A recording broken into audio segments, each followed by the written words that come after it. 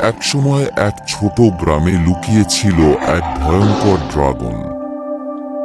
গ্রামটির নাম ছিল ধুলোপুর এবং গ্রামটি ছিল ঘন জঙ্গলে ঘেরা। এই জঙ্গলে দিনের আলো পর্যন্ত ঠিকমতো পৌঁছাতে পারত না, আর রাতের বেলায় সেখানে শোনা যেত ভয়ের সুর।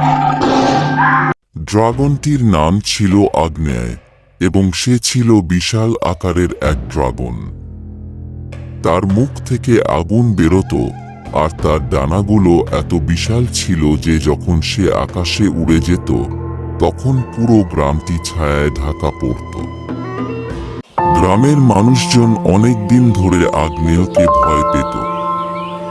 আগ্নেয় মাঝে মধ্যে গ্রামে এসে ফসলের মাঠে আগুন ধরিয়ে দিত,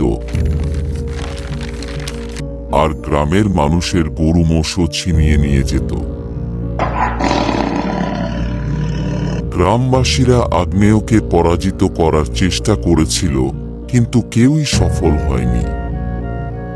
একদিন গ্রামের এক সাহসী ছেলে, নাম তার অর্জুন, সিদ্ধান্ত নিল যে সে ড্রাগনটির হাত থেকে গ্রামকে মুক্ত করবে।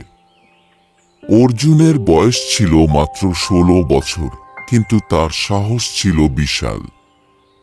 সে জানত আগ্নেয়কে হারানোর জন্য তাকে শক্তিশালী হতে হবে।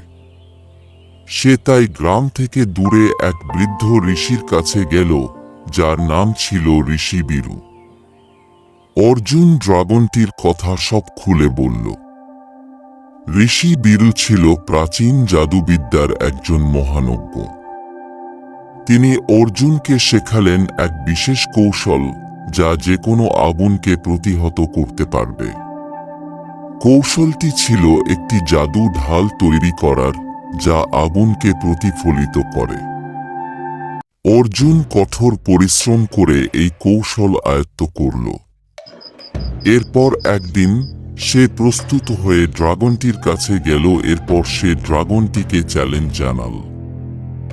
ড্রাগনটি প্রথমে হাসল, কারণ সে ভাবল এই ছোট্ট ছেলেটি তার জন্য কোনো হুমকি নয়। কিন্তু যখন আগ্নেয় তার মুখ থেকে বিশাল আগুনের শিখা বের করে অর্জুনের দিকে ছুঁড়ে মারল, অর্জুন তার জাদু ঢাল তুলে ধরল।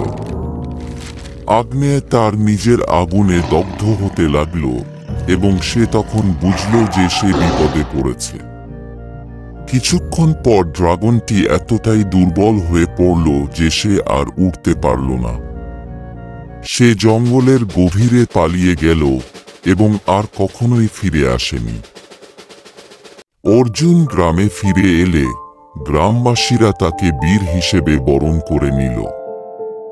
ধুলোপুর আবার শান্তি ফিরে এলো এবং সবাই জানত যে সাহস আর বুদ্ধি দিয়ে যে কোনো বিপদকে জয় করা সম্ভব।